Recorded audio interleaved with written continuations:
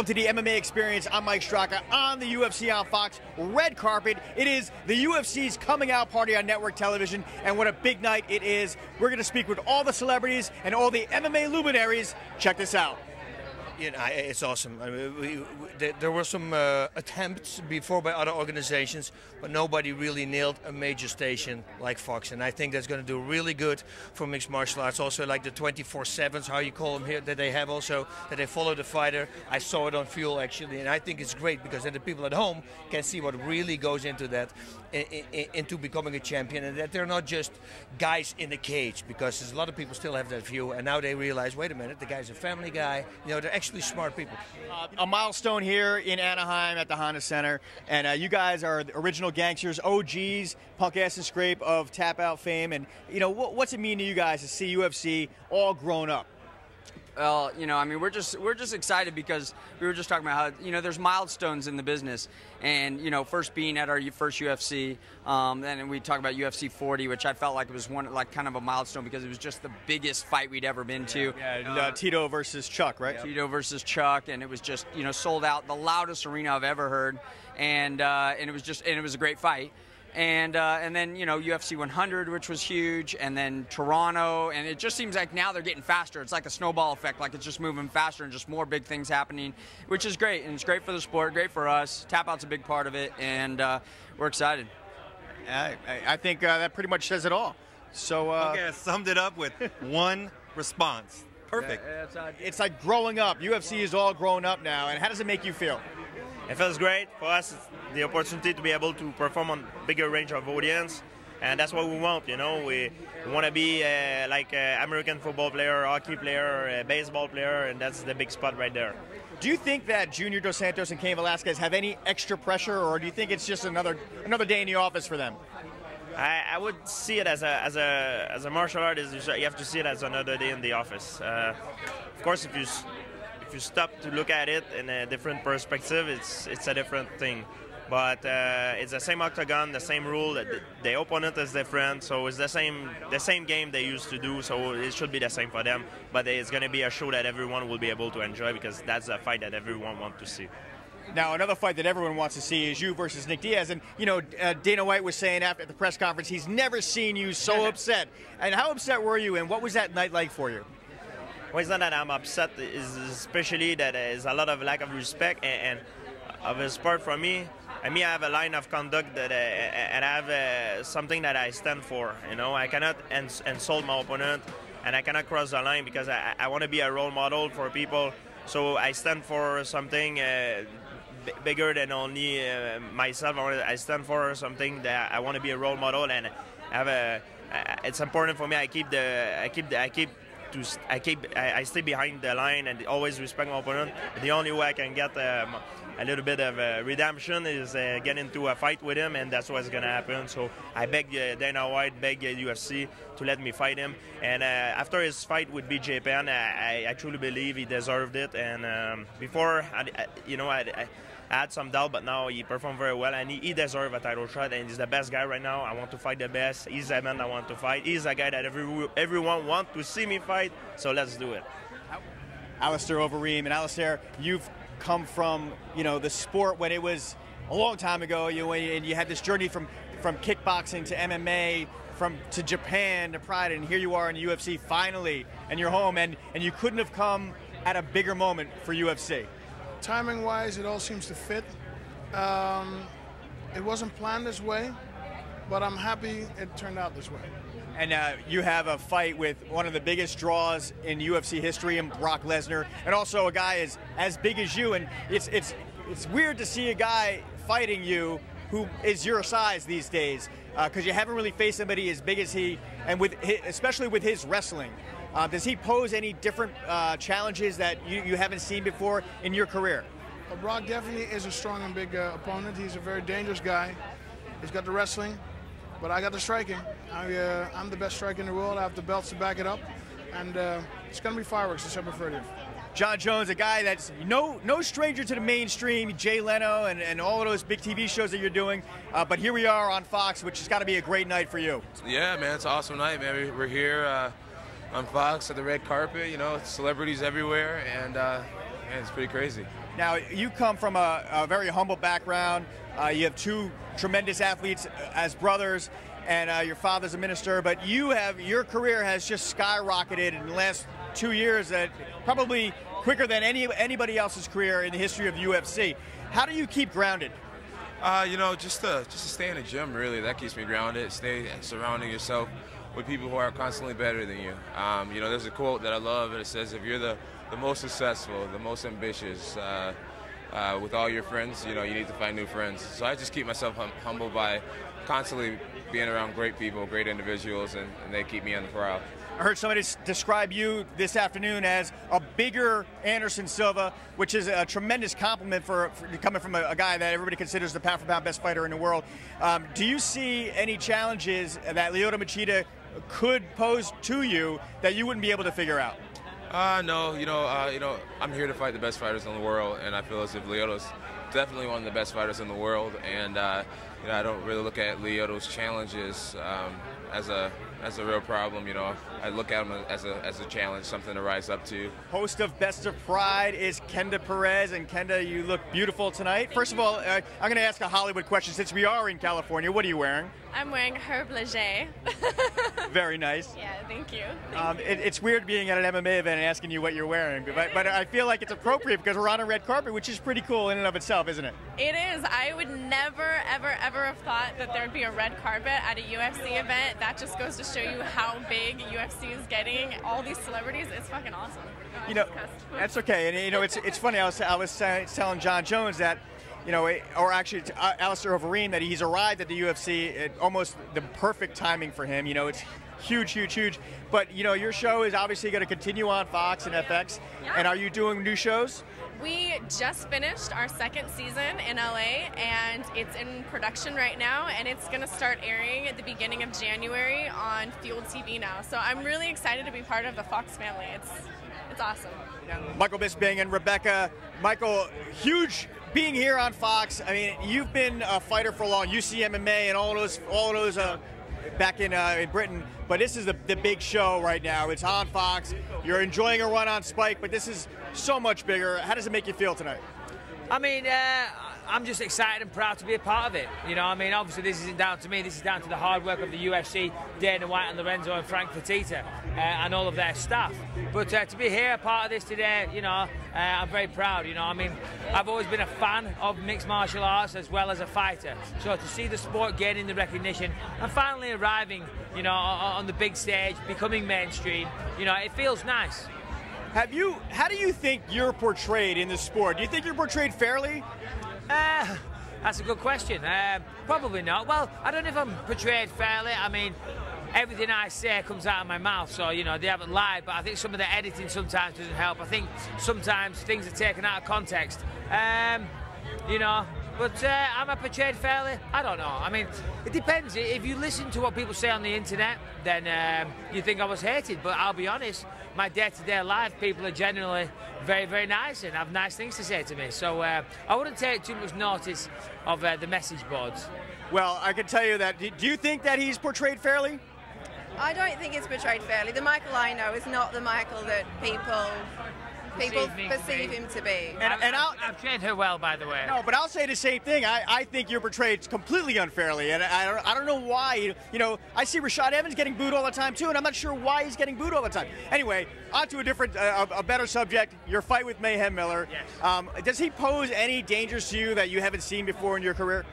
Well, to answer that question bluntly, I would say no. You know, I mean, Jason's predominantly a grappler. He does have underrated stand-up, but I think his most dangerous aspect is his ground game. He's going to want to take me to the floor and try and submit me. I've fought guys like that many, many times. I know how to fight these guys. I know how to win against those guys, and I predict a win. I'm not underestimating him, but I'm predicting a win. See, just like I said, he's a cocky guy. He's always running his mouth off and saying that he could beat everybody. And it's no wonder why. Exactly, you know.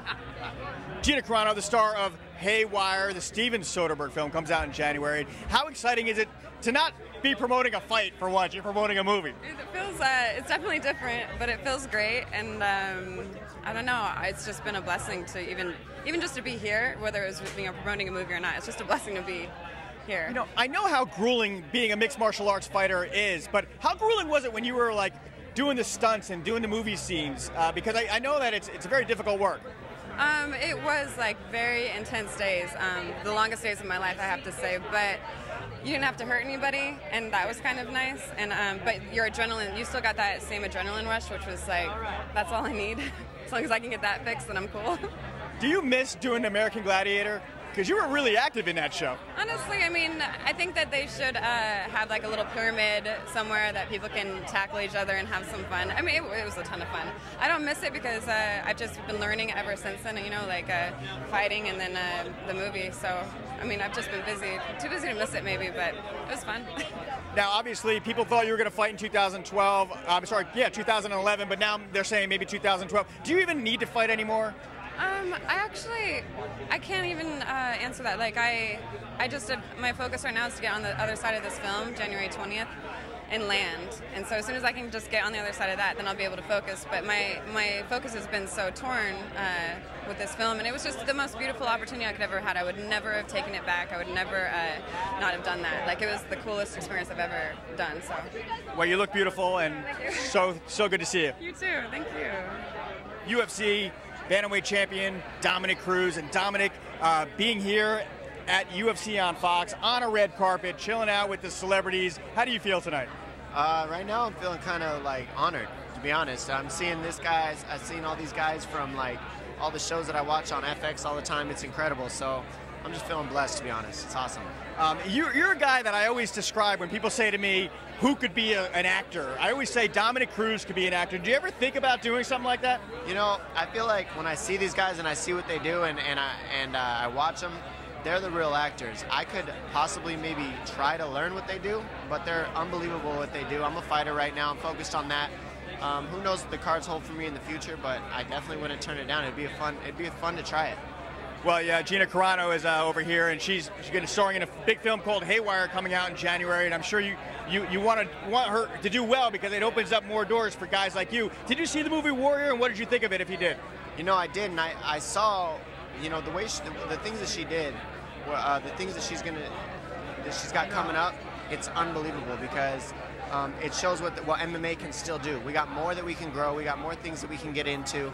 And Gina Carano is obviously kind of paving the way for a lot of us. So cheers to her, man. It's awesome. Michael Strahan, and you know, Michael, when you first came on the Fox NFL show, you probably had some jitters, and I think that's what the UFC guys are going through tonight. Oh, yeah. Big night on Fox. Can you describe that feeling? Well, you know, I read something what Dana White said. A lot of people think that he would just kind of be cool and mellow because he's on Fox now. And he said he can't sleep. He's crazier than he's ever been. And I can believe it because this is something new for everyone. You know, major network TV having MMA fights and having the UFC on, and it's going to be incredible. I don't think you can go wrong with it. I think people are going to enjoy it, and I think they're going to see a great viewership. One of the biggest proponents of mixed martial arts is your friend Jay Glazer, and he's got MMA athletics. Have you ever rolled with Jay? Has he ever proved to you that little guys can still beat up the big boys? Well, you know, it's probably about the only thing that Jay can do that I can't do, basically. But Jay has he has the program. I've trained with him on that, and I tell you, it's so tough. You realize you get a great appreciation for what these guys do and the mentality that they have to compete. And it's something that I can't imagine because I had the top of the mindset for football. I can't imagine the mindset these guys have of what they're doing here. And that's why I love it, and that's why I appreciate it. Well, speaking about an appreciation for what you do on the Fox NFL show, because you came into a group that was so tight with Terry Bradshaw, Howie Long, and JB, and of course now Kurt Menefee. But you really fit right in there. How did you really come to terms with? And I don't even know how you did it because you did it so seamlessly. You know what? I just had fun. Those guys are fun. They welcomed me with open arms because there are a lot of other guys who could have gotten a seat there, and they said, you know what? We want to let Michael have it. And but I came in without an ego, realizing that these guys have done this so long, they're so great, and how can I fit in instead of saying, well, I'm going to come in and take over. That was the wrong mentality. And these guys have been so phenomenal. We have fun. We laugh.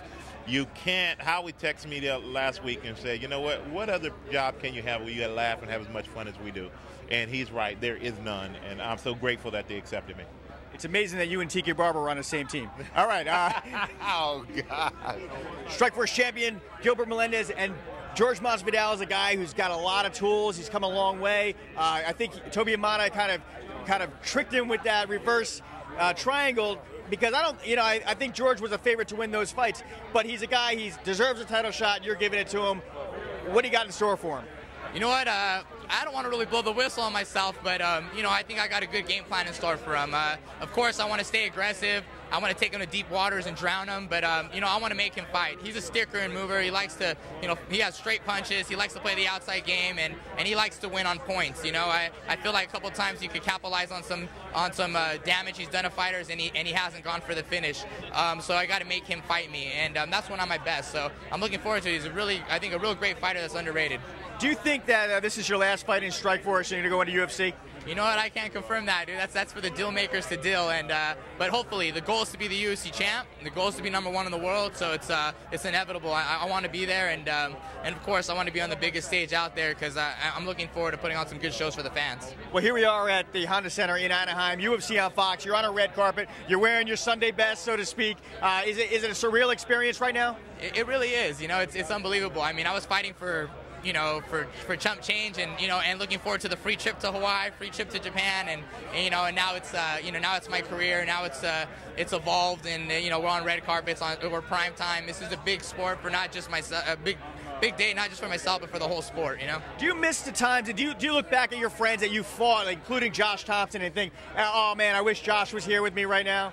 Yeah, of course, dude. All these MMA fighters that have been pioneers in the sport, and weren't in it for the fame. They were just we used to fight for pennies and barnyards, and now it's here. Yeah, man, I wish all of them were here side by side with us all, and but I know they're here in spirit. Brian Stann, UFC middleweight, former Marine, Silver Star Medal of Valor, Matthew Morrison, the star of Glee, and we are, you know what, Brian? This is going to be your TV host debut. I want you to interview Matthew Morrison. Oh, great. All right. Well, hey, this is Brian Stann. I'm with Fight Now TV. Matthew, is this your first UFC event? It is, yeah. First live event, then. First live event, yeah. All right, well, I have to warn you, most people say when you come live, you get addicted. So this should be real interesting watching him finally get a chance to watch the sport. What are kind of your preconceived notions of the sport coming into the event? Well, I've watched a lot of it. I grew up in Seal Beach, right next to Huntington Beach. So I was like, Tito Ortiz was like my era of UFC, and I loved watching all his fights and stuff. So I know a lot about the sport, and I've seen a lot of fights, but I'm interested to see how it's going to go live. Interesting. Well, who are you picking in the main event? We go with the underdog, Dos Santos. Okay, there you go. There you go, folks. There's my amateur debut hosting the show. It's over, and he's picking Dos Santos. No, you did great. And I like the question about the preconceived notions, but you obviously are an educated fan. Did you see the last Brian Stann fight when he got beat up by Chael Sonnen? No, I did not. All right, that was a great fight. You should have seen it. It was odd. I'm going to get my butt kicked tonight.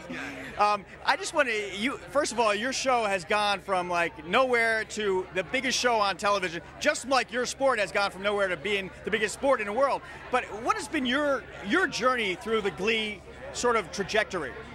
My journey? Yeah, I mean, did you think it would be as big as it is? Well, when I first got the script, and it was a show about like high school kids singing and dancing on network television. I didn't think it was going to be much of anything, but I think the first moment that I was like, wow, this is kind of big was when we were on Oprah. It was like, what are we doing here? This is crazy. So that was the moment it kind of hit for me, and then meeting the president a couple times. It's been great. It's been wild. And Brian, I mean, is this sort of that moment for you? You're on a red carpet. You're on Fox Television.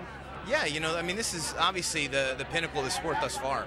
And the fact that we're here is a true testament to obviously the executives of the UFC, the fans, and then most of all the fighters. I mean, if the fights weren't exciting, we wouldn't be here. And so, this sport's the fastest globally. Not just in America, but global, worldwide, the fastest growing sport. So I think this is just the beginning, and 3 years from now, we'll all look back saying, wow, remember when it was just here, our first red carpet event. All right, well, this has been the MMA experience for Brian Stann and Matthew Morrison. I'm Mike Straka. Back to you. And great interview. That was awesome. Nice to meet you. Thanks, Brian. Nice to meet you.